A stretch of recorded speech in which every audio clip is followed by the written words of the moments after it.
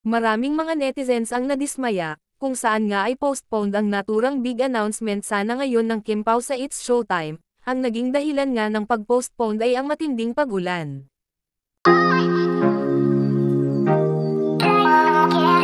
Kaninang umaga nga ay naging spotted ang Kim Pao na magkasama na nag-workout, kung saan nga ay ready na sana ito para sa kanilang announcement.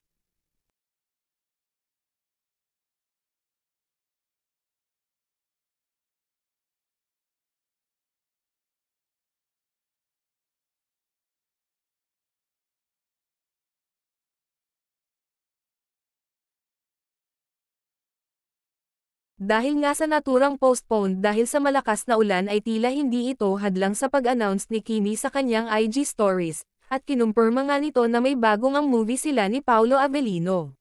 Samantala, nag-post din ang ABS-CBN kung saan ay may caption ito Love Appears, at mini-mention pa nga itong si Kimi, pero nagtataka naman ako sa post na ito dahil hindi naka-mention ang name ni Paolo Avellino.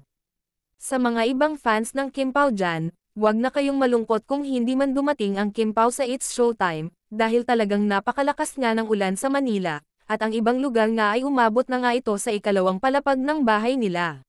Samantala, ang ex-boyfriend ni Kimi na si Gerald Anderson, ay tumulong sa pagsagip ng pamilya na nabahaan. Sa naturang video nga ay umiiyak ang bata dahil sa takot, at kalaunan ay nakumbinse na din ito para sumama kay Gerald Anderson. Narito ang video. Hello po. Thank you, Yes.